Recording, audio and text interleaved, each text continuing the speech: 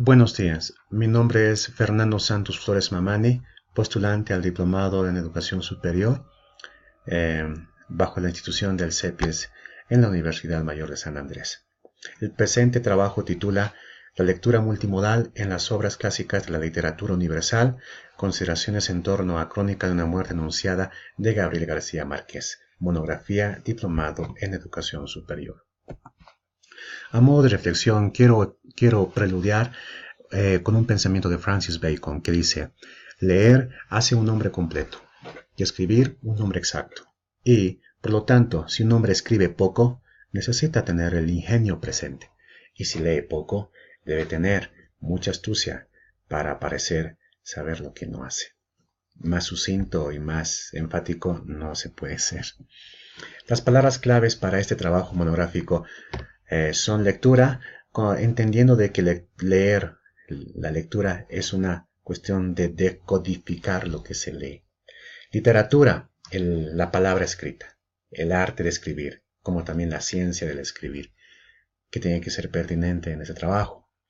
Multimodal, por la coyuntura tecnológica que se vive y porque el docente tiene que saber de que lo multimodal en cuestión de lectura ha adquirido dimensiones que son realmente pertinentes.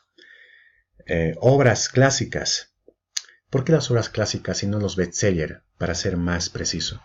Porque las obras clásicas considero yo, en mi humilde opinión, que son obras que tienen mucha riqueza sobre lo humano y problematiza la existencia del ser humano para que despierte tal vez en el enervamiento en que se encuentra. Para resumir, la literatura y su importancia, recreativa o más que recreativa.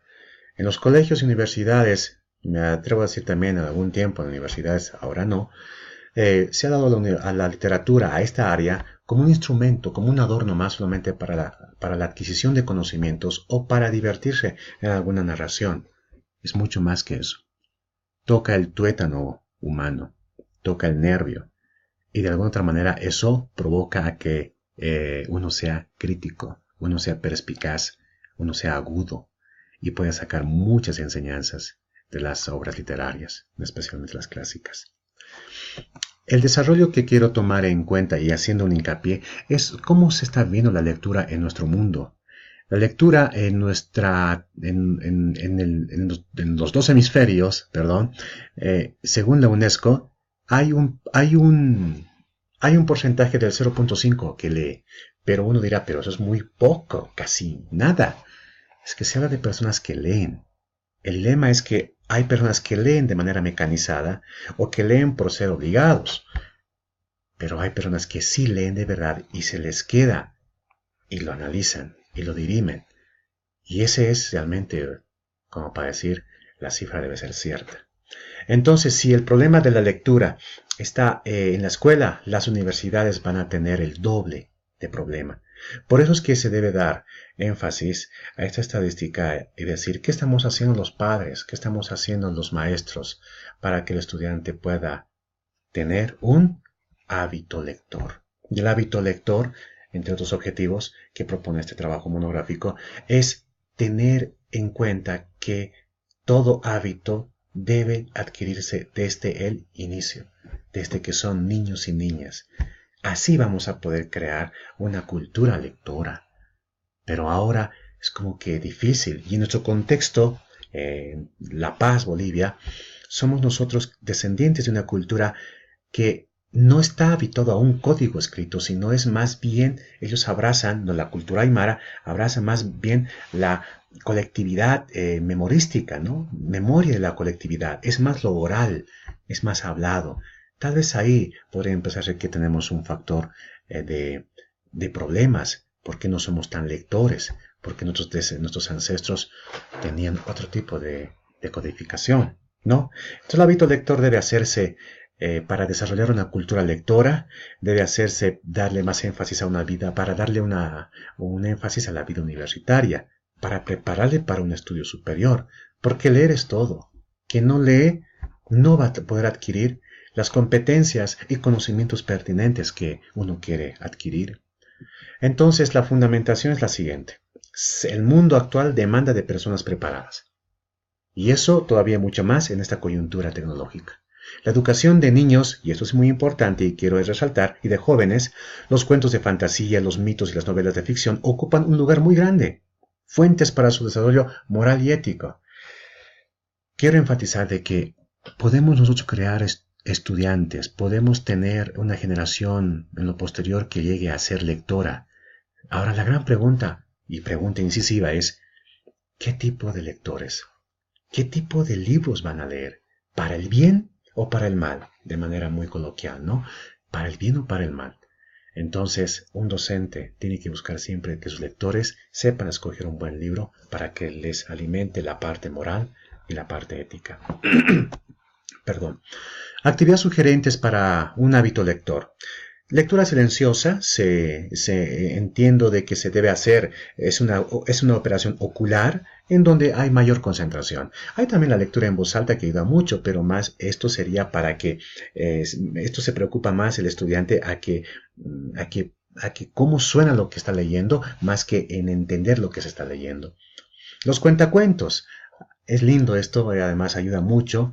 Yo creo que todo adulto en algún momento también necesita saber que alguien se lo pueda leer, ¿no? Como también es mi amigo lector, ¿no? Y eso ayuda mucho a que pueda haber un hábito lector. Quiero referirme al señor Carlos Lomas, un español lingüista muy dedicado al tema de la lectura. Él hace mucho tiempo, hace 15 años, de 5 competencias que hemos tomado muy en cuenta los docentes. Hablar, escuchar, leer, entender y escribir. Pero ahora, por la cuestión de la tecnología, ha puesto 2 competencias muy pertinentes y en este módulo lo hemos ido desglosando, quién sabe, de manera más detallada. El saber, la competencia del saber ver la publicidad, ver las propagandas y de alguna otra manera ver cuál es la intención, si es sexista, si tiene una intención política, por qué, dónde y cuándo. Necesitamos darles esa competencia. Como también el saber navegar. El saber navegar, ¿por qué? Por los hipertextos. A veces los que no sabemos navegar en Internet, naufragamos.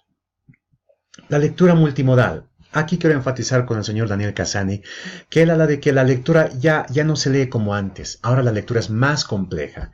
En ese sentido, como la lectura es más compleja, debe darse la importancia de las plataformas en donde se lee, de los soportes en donde se lee, en los soportes de las tablets o celulares, que conllevan diferentes plataformas. ¿Por qué? Porque la lectura de este tipo es multimodal en el sentido de que es compartida, es simultáneo, es interactivo y este es instantáneo. Lo que tú lees lo puedes compartir tu criterio con otro lector lejos de ti, ¿no? Ya tienes los términos que dudas. Y ya en una pantalla fría, tienes todos los recursos, lo que implica al ojo y al cerebro tener un poquito más de trabajo. Antes era más fácil, se podría decir, ahora es más compleja. Consideraciones de obras clásicas. Quiero poner 4 obras que si les diera la lectura pertinente, sea en formato PDF o impreso, debería arrojarnos, y yo sugiero estos puntos que he podido sacar, riquezas que nos pueden dar. Por ejemplo, de Don Quijote de la Mancha de Saavedra, nos habla de un señor que no se resigna a este mundo y sus verdades. Su fe se convirtió en ética y tiene una tremenda preocupación por la falta de heroísmo que aquí hay. Es decir, tenemos esas ausencias aquí en nuestro mundo postmodernista con sus verdades. Entonces, ¿cuánto nos falta en nuestro mundo una actitud quijotesca? Y no solo eso, tenemos también la obra de Madame Bovary, que habla sobre una mujer que lo tenía todo, un esposo ejemplar, una casa en donde no le faltaba nada, un hijo educado, pero en ese trayecto comete el error de ser infiel, error entre comillas. ¿El por qué? La obra nos ayuda a entender de que solamente a veces el ser humano ve el texto y no el contexto. El contexto a veces habla más que el texto. Entonces la obra de Madame Bovary nos ayuda a guardar el juzgar en el bolsillo, esa palabra juzgar y el comprender a un personaje del por qué, dónde y cuándo. ¿No? Bueno, eso de manera rapidísima, ¿no? Otra obra que considero buena es también Crimen y Castigo, de Fyodor Mikhailovich Dostoyevsky, que habla sobre el personaje de Raskolnikov, que él en su razonamiento juvenil dice: he matado a una mujer usurera, he librado al mundo de una mujer así. Pero ¿cómo? ¿Cómo es posible esto? ¿No? Aparentemente, hasta maquiavélico el pensamiento podría tener un asentamiento razonable, pero la justicia humana, ¿le da justicia a esto? ¿Es justicia lo que le hacen a él? ¿O cómo es la cuestión? ¿No? Un poquito problematiza los argumentos, el razonamiento psicológico que puede haber. Otro de las novelas, si quiero enfatizar mucho a esto, hubiera querido tener un poquito más de tiempito, es Crónica de una muerte anunciada. Esta obra habla de que en una sociedad que está sufriendo algún mal, sea social, político, hasta religioso o hasta de salud, dice, alguien tiene que pagar. Y aquí a Santiago Nazar, en la obra de Crónica de una muerte anunciada, Santiago Nazar es el que debe pagar, es el culpable, es el que va a redimir lo que busca la sociedad, es el que va a traer la felicidad si él muere y se derrama sangre. El culpable es el otro. Y ese sentimiento está en la célula de cada ser humano. Por eso René Girard, este filósofo francés, habla sobre el chivo expiatorio, que dice, debemos entender que el chivo expiatorio es buscar nuestra redención en otra persona. Él va a un punto más, quién sabe, religioso, porque él dice que la sangre ya se derramó ahí, en un lugar llamado Gólgota.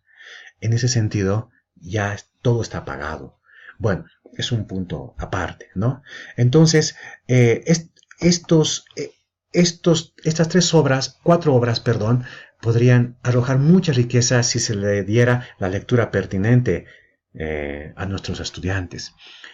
Para terminar, educación y literatura. La literatura se ha convertido en esa forjadora de creatividad, fomentadora de creatividad. Y la escuela, por decirlo así, se ha convertido en una cárcel con un pizarrón. La literatura es creatividad. La literatura es que nos puede lanzar a ese encierro, salir de ese encierro en que uno se encuentra. Bueno, he sido sucinto con el trabajo y ojalá haya sido lo más explícito posible. Gracias por su atención.